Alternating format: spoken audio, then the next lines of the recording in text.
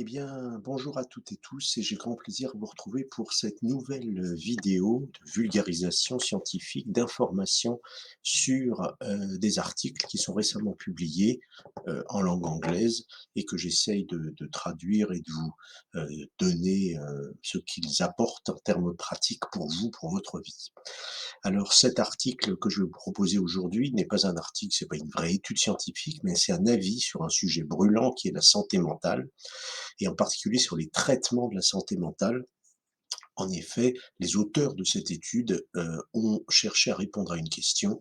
Est-ce que les troubles de santé mentale ne doivent être traités que par des médicaments?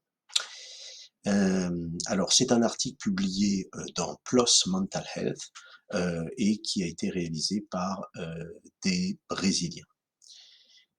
L'intitulé de l'article est It is time for more holistic practices in mental health. Donc c'est vraiment une réponse à cette question.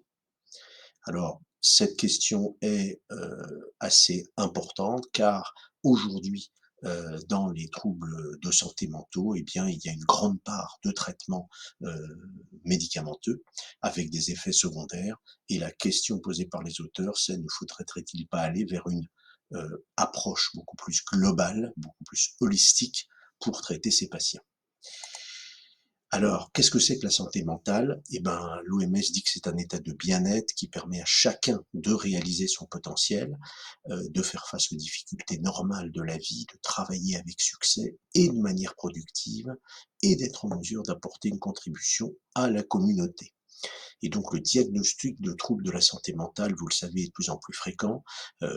Troubles de santé mentale, ça peut être bien sûr de la dépression, des troubles anxieux, ça peut être des troubles d'addiction, ça peut être également une vraie bipolarité avec des accès maniaques, des accès dépressifs. Et ce qui est caractéristique de ces dernières années, c'est que ces troubles de santé mentaux surviennent plus souvent encore chez les enfants et les adultes jeunes. On estime, selon l'OMS, qu'une personne sur 8 est touchée par des troubles de santé mentaux aujourd'hui. Donc ça, c'est la situation du problème dans le monde.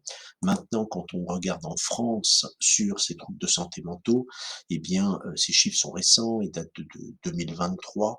Un Français sur 5 aujourd'hui, c'est-à-dire 13 millions de Français, se trouvent atteints d'un trouble mental, quel que soit quel que soit ce trouble.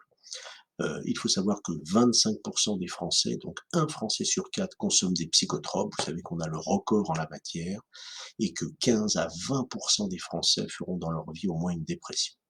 Donc c'est considérable. Si on s'intéresse au suicide, eh bien c'est la première cause de mortalité chez les 15-35 ans. Et enfin, tout ça a bien sûr un coût, puisqu'on estime à 23 milliards d'euros par an les dépenses de santé. C'est la première cause de dépenses de santé de l'assurance maladie. Alors, par rapport à cette psychiatrie surmédicalisée, qu'est-ce qu'on peut proposer? Ben, les auteurs de cette étude disent il faut mieux comprendre à la fois les facteurs mentaux qui prédisposent et en même temps qui favorisent ces troubles de santé mentaux, mais également les facteurs physiques.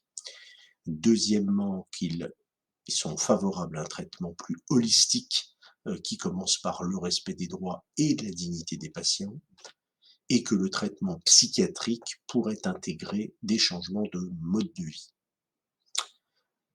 Par ces changements de mode de vie, il y a bien sûr le sommeil, si important.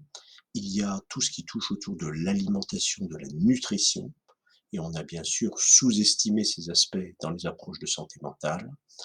Il y a un point très important qui est l'exercice physique. Il y a maintenant des preuves assez solides pour montrer que l'exercice physique est un vrai remède à la dépression. Je ferai d'ailleurs une vidéo prochainement sur le sujet. Et enfin, l'exposition à la nature. Vous avez vu dans la vidéo précédente que s'exposer à la nature 10 minutes offre des vrais bénéfices lorsqu'on a des troubles de santé mentale. Et puis enfin, les auteurs préconisent de s'engager dans les dialogues intérieurs du patient à travers différentes approches psychothérapeutiques, l'art-thérapie, etc. Euh,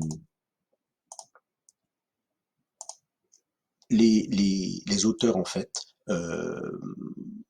en particulier le docteur Siddhartha Ribeiro, qui est neuroscientifique à Rio de Janeiro, dit que les déficits en sommeil, en nutrition, en exercice, en introspection et des déficits sur les autres piliers de la bonne santé mentale ne se produisent pas en vase clos, ils sont produits généralement par le mode de vie. Et donc, il insiste beaucoup sur la prise en compte globale de ce mode de vie pour ses patients et de tendre vers une vision plus naturaliste et plus douce qui vise à promouvoir le bien-être mental en renforçant les liens avec son propre corps, sa nature et sa communauté. C'est vraiment la définition d'une vision holistique qui prend la personne dans sa globalité, c'est-à-dire elle-même avec son corps et son mental, mais aussi autour d'elle, c'est-à-dire son environnement et encore plus autour d'elle, sa communauté. Donc cette approche est très intéressante et donc s'il y avait qu'une phrase clé à retenir, c'est que nous devons aller vers une gestion plus holistique, c'est-à-dire plus globale de la santé mentale. Alors on peut le souhaiter, moi je vais y contribuer, à ma juste mesure, puisque notre programme de santé optimale en ligne, évidemment, comprend des modules, sur la santé mentale, mais aussi sur, notamment les activités physiques si importantes et il faut comprendre qu'il y a des interactions, en fait, entre tous ces éléments de notre santé. Voilà, j'espère que cette petite vidéo vous aura plu. Je suis à l'écoute comme d'habitude de vos commentaires, de vos questions et n'hésitez pas à liker si vous avez aimé cette vidéo. Je vous souhaite une très belle fin de journée ou fin de soirée. Au revoir.